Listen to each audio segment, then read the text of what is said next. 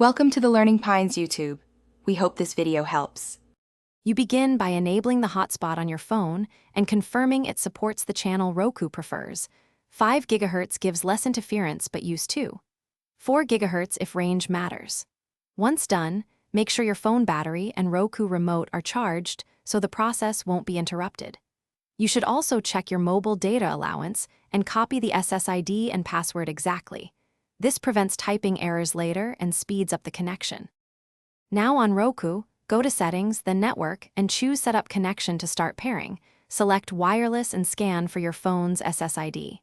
You enter the hotspot password using the Roku remote keyboard. Use short bursts and confirm characters because mistakes are common.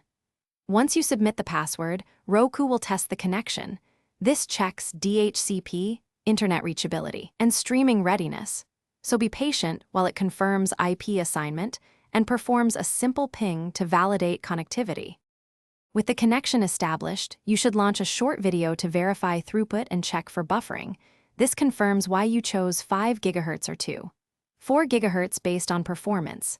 If Roku fails to connect, toggle your hotspot off and on, restart the Roku, and try again.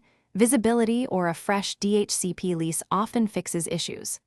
Lastly, make sure background apps aren't consuming data and disable phone sleep or screen lock so the hotspot stays active while you stream. Thanks for watching. Consider subscribing if we helped you.